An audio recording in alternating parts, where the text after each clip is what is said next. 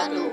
Kami putra dan putri Indonesia mengaku bertumpah darah yang satu, tanah Indonesia. Dua. Kami putra dan putri Indonesia mengaku berbangsa yang satu, bangsa Indonesia. Tiga. Kami putra dan putri Indonesia menjunjung bahasa persatuan, bahasa Indonesia.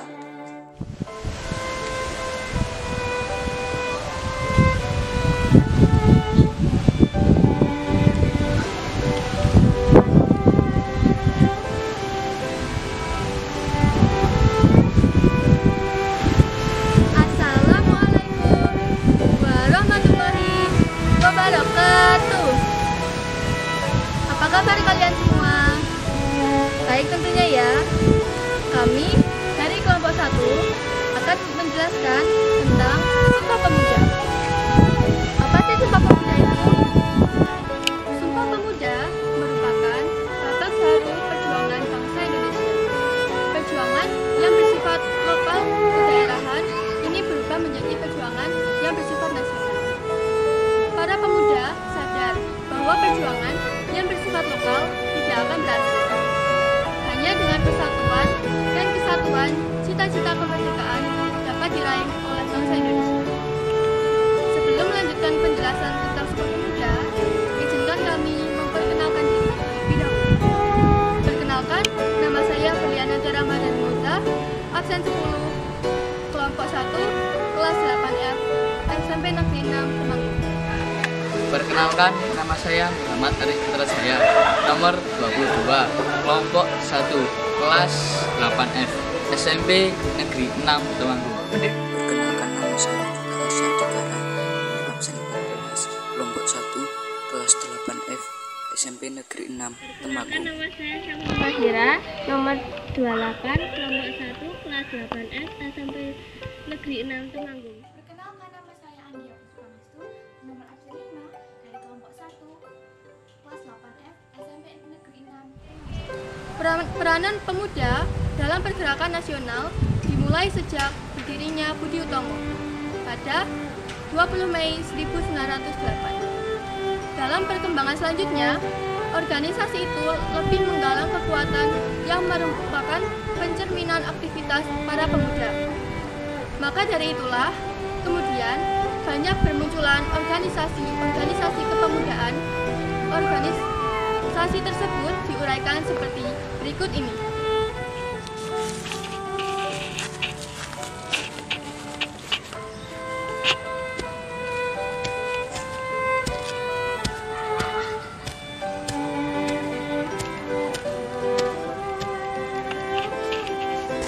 Trikoro Dharma.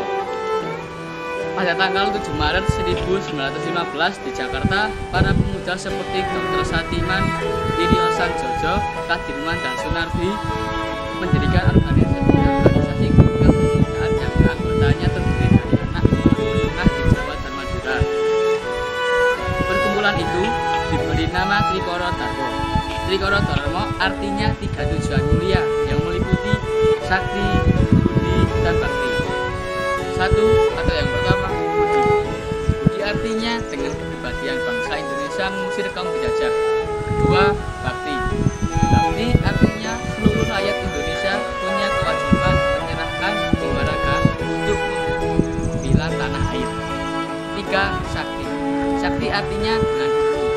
Tujuan awal perkumpulan ini adalah mencapai jiwa raya dengan cara memperoleh rasa persatuan antar pemuda Jawa.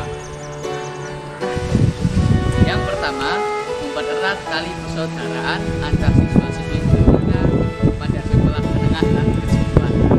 Yang kedua, menambah pengetahuan yang banyak. Yang ketiga, membangkitkan dan mempertajam peranan untuk segala bahasa dan budaya. Dalam rangka untuk mewujudkan persatuan, pada Kongres di Solo tanggal 12 Juli 1918, Trikoro Dharma diubah menjadi Jong Java. Tujuan yang ingin untuk membangun Jong Jawa Raya yang harus ditempuh untuk mewujudkan tujuan itu adalah mempererat persatuan. Jong Sumatera Netball, Organisasi Kepemudaan Persatuan Pemuda Pelajar Sumatera atau Jong Sumatera Netball didirikan pada tahun 1917 di Jakarta. Pada kongres ketiga, Jong Sumatera Netball melontarkan pemikiran Mohyamin, yaitu anjuran agar penduduk Nusantara menggunakan bahasa Melayu sebagai bahasa pengantar dan bahasa persatuan. Jong Sumatera Netball melahirkan tokoh-tokoh besar seperti Moh Hatta, Mohyamin, dan Bandar Johan.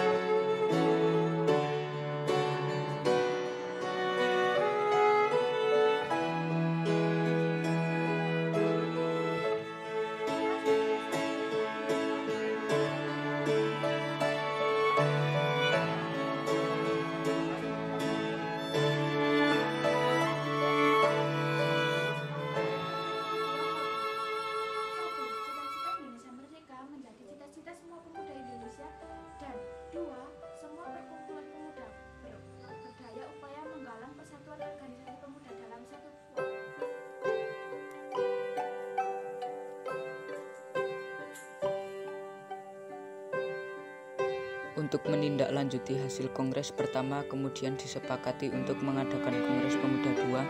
Kongres ini dikenal sebagai Kongres Pemuda 28 Oktober 1928. Pelaksanaan Kongres Pemuda II diselenggarakan Organisasi Perhimpunan Pelajar-Pelajar Indonesia atau PPPI.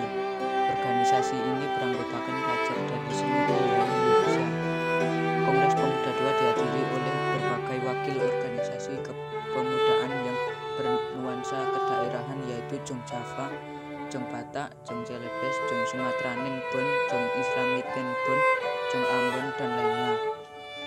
Dalam kongres ini juga turut hadir organisasi pemuda Tionghoa seperti Kui Tiang Hong, Jong Yao Juan Hok, Oi Kai Siang, dan Choi Jin Wei yang berperan sebagai pembina. Pelaksanaan Kongres Pemuda II ini dibagi menjadi 3 sesi serta dilakukan di tempat yang berbeda oleh penggagasnya. Berikut ringkasannya.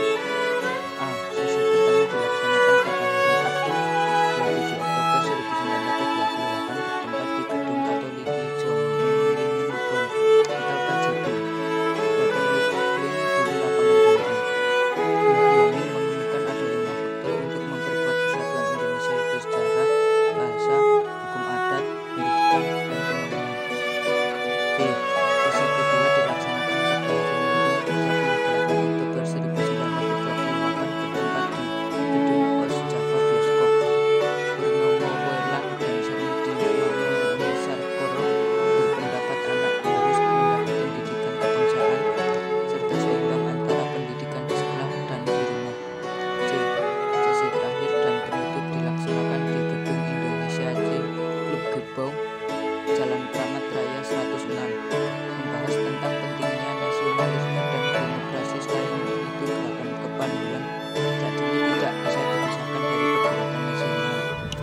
Dalam Kongres Sumpah Pemuda II yang bersejarah tersebut diperkenalkan lagu kebangsaan Indonesia untuk yang pertama kali, yang diciptakan oleh W.A. Supratman. Lagu Indonesia Raya kemudian dipublikasikan untuk pertama kali pada tahun 1928 oleh media cetak surat kabar Sinpo. Pada publikasi tersebut mencantumkan teks yang menegaskan bahwa lagu tersebut adalah lagu kebangsaan.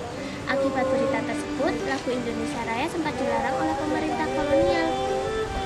Akan tetapi, para pemuda Indonesia terus menyanyikan Sumpah Pemuda pada tanggal 28 Oktober 1928 bukan hanya menggerakkan para pemuda untuk meraih kemerdekaan, tapi juga mempertegas jati diri bangsa Indonesia. Sebagai sebuah negara, semangat Sumpah Pemuda mencapai puncaknya pada tanggal 17 Agustus 1945, ketika Soekarno dan Hatta atas nama bangsa Indonesia memproklamirkan kemerdekaan Indonesia. Kemerdekaan memberikan kesempatan bagi bangsa Indonesia untuk mewujudkan masyarakat yang bersatu, berdaulat, adil, dan makmur. Kami, putra dan putri Indonesia, mengaku bertumpah darah yang satu, tanah Indonesia. Letak Indonesia yang sangat strategis menyebabkan negara ini dikaruniai keindahan dan kekayaan alam yang melimpah. Bangsa lain bahkan menyebut Indonesia sebagai jamrut khatulistiwa. Kita sebagai warga negara juga sepatutnya merasa bangga terhadap tanah air Indonesia. Kita hidup di negeri yang sangat indah serta kaya. Bentuk kebanggaan terhadap tanah air Indonesia dapat dibuat dengan memelihara dan melestarikan kekayaan tersebut.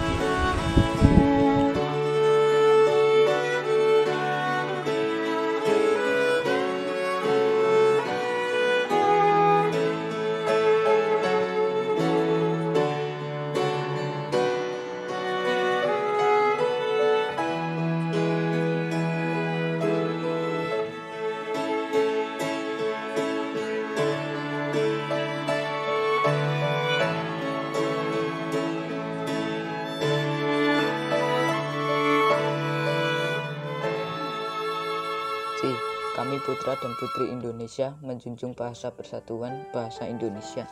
Sumpah Pemuda menegaskan bahwa bahasa persatuan adalah bahasa Indonesia. Bahasa Indonesia memiliki peran yang sangat menentukan dalam perkembangan kehidupan bangsa Indonesia. Dalam masa perjuangan kemerdekaan, bahasa Indonesia berhasil menjadi alat komunikasi untuk kemerdekaan. Bahasa Indonesia berhasil menjadi alat komunikasi untuk membangkitkan dan menggalang semangat kebangsaan dan semangat perjuangan dalam mengantarkan rakyat Indonesia ke depan gerbang kemerdekaan. Kenyataan sejarah itu berarti bahwa bangsa Indonesia sebagai bahasa persatuan telah berfungsi secara efektif sebagai alat komunikasi antar suku, antar daerah, dan bahkan antar budaya. Dalam era globalisasi seperti saat ini, bahasa menjadi sangat penting bagi kelangsungan eksistensi persatuan bangsa, baik sebagai lambang jati diri maupun sebagai sarana komunikasi dan